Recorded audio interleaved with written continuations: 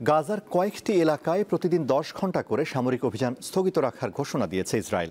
অঞ্চলটিতে আরও খাদ্য সহায়তা প্রবেশের সুযোগ করে দিতে রবিবার এই সিদ্ধান্তের কথা জানায় আইডিএফ। অপরদিকে গাজাবাসীর জন্য ত্রাণ বহনকারী একটি জাহাজ আবারও জব্দ করেছে নেতানিয়াহুর সেনারা।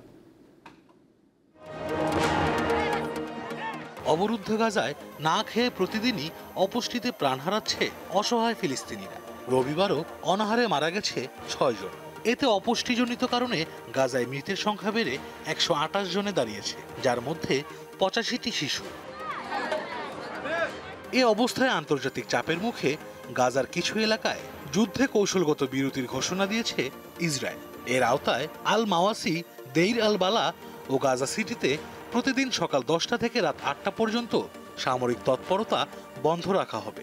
গাজায় আরও বেশি ত্রাণ প্রবেশ করানোর লক্ষ্যে জাতিসংঘ ও আন্তর্জাতিক সংস্থাগুলোর সাথে আলোচনা করেই এই সিদ্ধান্ত নিয়েছে নেতানিয়াহু সরকার।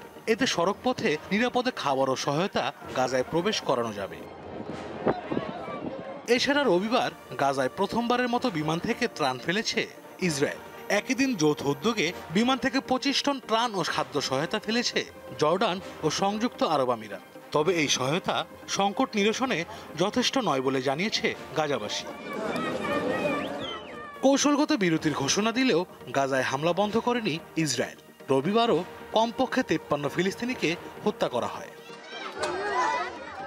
এদিকে গাজাবাসীর জন্য ত্রাণ নিয়ে আসা আরেকটি জাহাজ আন্তর্জাতিক জলসীমা থেকে জব্দ করেছে ইসরায়েল। ইতালি থেকে আসা জাহাজটির 21 আরোহীকেও আটক করা হয়েছে, যেখানে চিকিৎসাকর্মী, আইনজীবী, সাংবাদিক এবং মানবাধিকার কর্মী ছিল। আশরাফ শুভ, দীপ্ত, বার্তা কক্ষ।